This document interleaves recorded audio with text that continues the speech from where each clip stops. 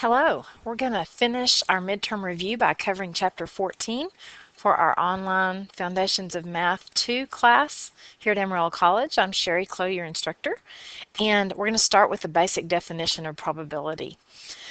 You need to know from your textbook that the definition of probability is really a number that we use to describe how likely or unlikely it is that an event is going to occur. For instance, if an elephant is going to come flying into my room right now, that is impossible with a probability of 0 or 0%. Whereas if the sun is going to rise tomorrow, that is a certainty. So the probability of that rising in the morning is 1 or 100%. If I flip a coin, it's going to be heads 50% of the time and tails 50% of the time. So the likelihood of getting a head on a toss of a coin is 50%. So 0.5 is the probability for that, also known as 1/2. So really the parameters for probability are from 0 to 1. You need to remember that. To calculate probability, we take the number of ways that my desired event can happen, and you divide it by the total number of possible outcomes. That is how you calculate the fraction for probability. For instance, if we roll a die, the probability of rolling a 5 is 1/6 because there's one way to roll a 5 and there are 6 total possible outcomes. That's how you do the calculation of a probability. So, to talk about what you are studying for the test, the definition of mutually exclusive events involves understanding what mutually exclusive means. Mutually exclusive means that you have two events that are separate. They cannot happen at the same time. Non-overlapping. In other words, rolling a 1, rolling a 5 on a single roll of a die, they're not going to happen at the same time. It's either going to be a 1 or it's going to be a 5, but it can't be both on the same roll of one die. So that's why it's called a mutually exclusive event. Here is the general probability formula for the probability of rolling a 1 or a 5. It's the probability of rolling a 1, which is 1/6, plus the probability of rolling a 5, which is 1/6. You add that up to get 2/6, but you also want to reduce any fraction that you possibly can. So you want to reduce that to get 1/3. So the probability of rolling a 1 or a 5 is 1/3, according to our formula. Now, we have the word non in front of this. The definition of non-mutually exclusive events means that these are two events that can occur at the same time. You have overlap with non-mutually exclusive events, and what that means is if you count all the ways that A can happen, then you count all the ways B can happen, you have double counted the part in the middle.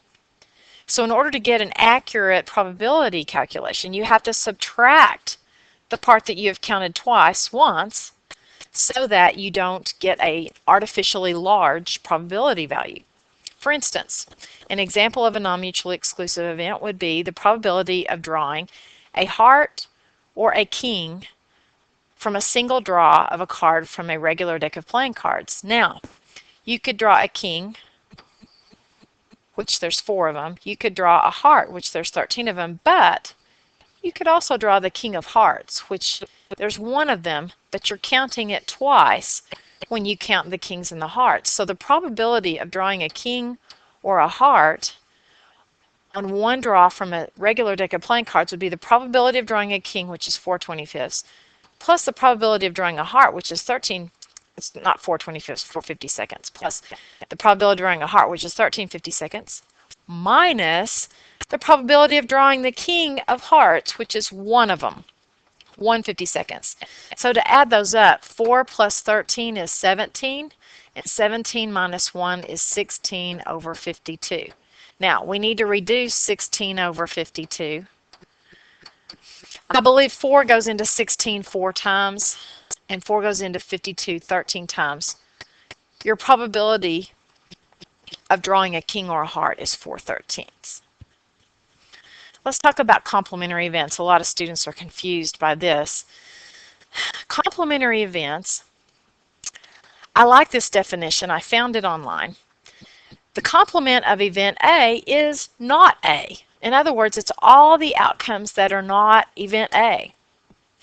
So let's say the complement of getting an A in this class is not getting an A in this class.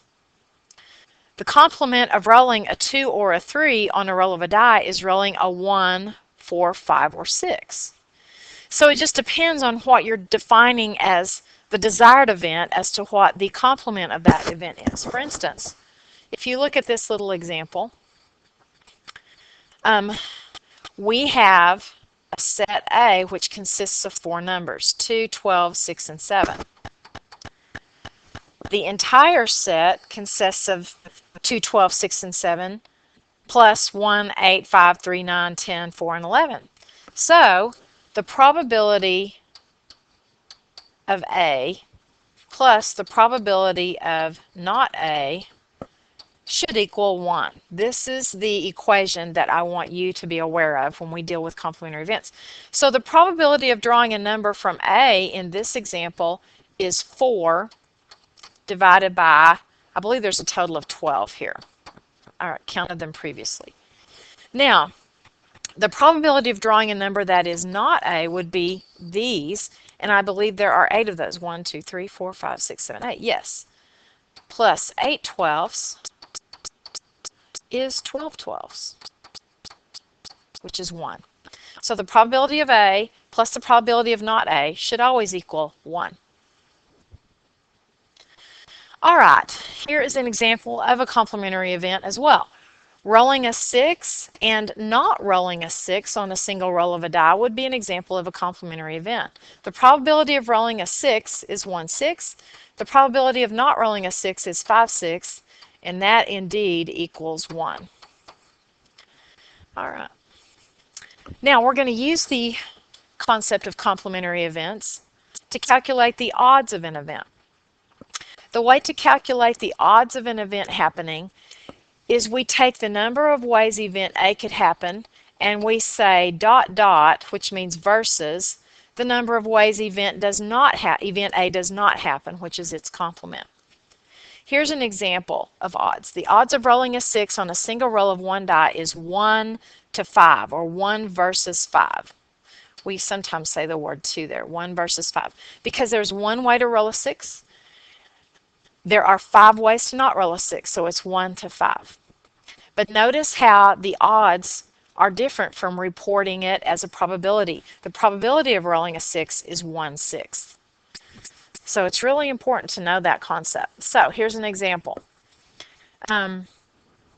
Oh, by the way, this is where your notes start in your review. These examples are very similar to your review. However, on these examples, I've changed the numbers.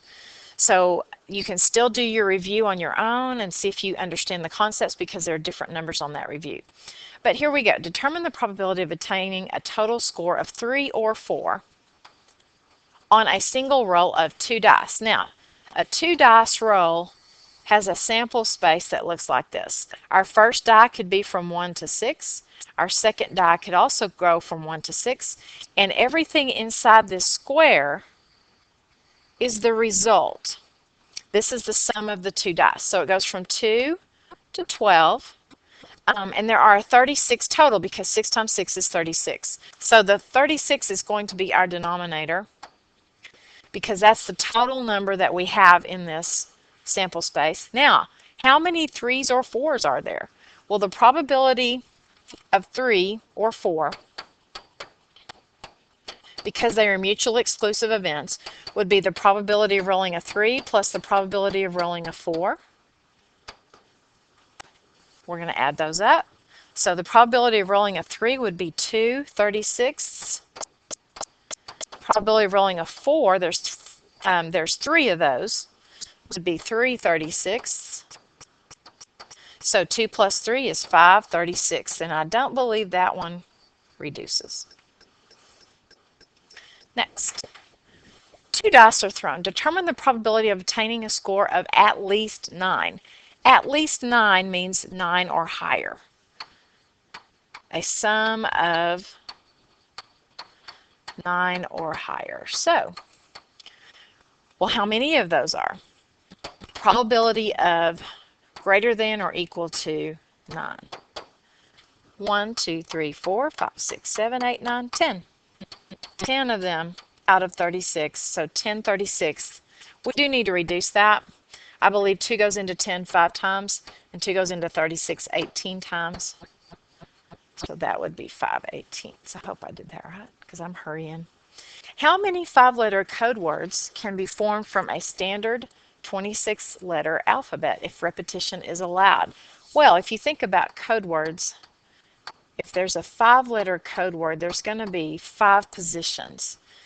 And if repetition is allowed, then you can put all 26, there's an option, all 26 letters is an option to fill each position of the code word. So you would do 26 to the 5th power, and I'm going to have to grab my calculator really quick.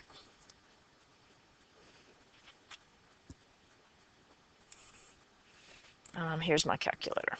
Okay, 26 to the 5th power. Ooh, big number.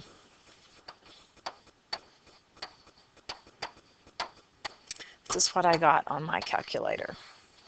All right, however, if repetition is not allowed, that means we're going to have a 5-letter code word.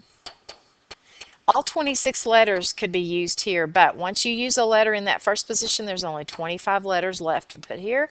Once you filled the first 2, there's only 24 left that could go here, 23 left that can go there, and 22 left that can go there. So I'm going to do 26 times 25 times 24 times 23 times 22. I got this number. 7,893,600. All right, moving on to the next problem. I'm going to stop pretty soon because I have to keep this under 15 minutes, and then I'll pick up with a second video. Some Texas license plates have 2 digits followed by 3 letters followed by a final digit. How many different license plates are possible if repetitions of letters and digits is allowed? So, to do this first question, the first 2 places are digits. The next 3 will be letters of the alphabet, and the last one is a digit. Now, if we're going to allow repetition, there are 10 digits, so we can put all 10 of them here, here, and here. There are 26 letters of the alphabet, so 26, 26, 26. Our answer will be 10 times 10, oops, 10 times 10 times 10 times 26 times 26 times 26. All right, I got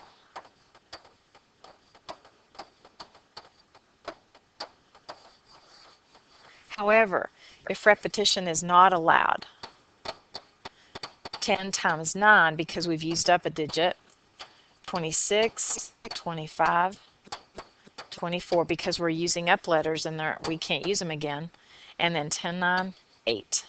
All right, so I'm going to multiply that out.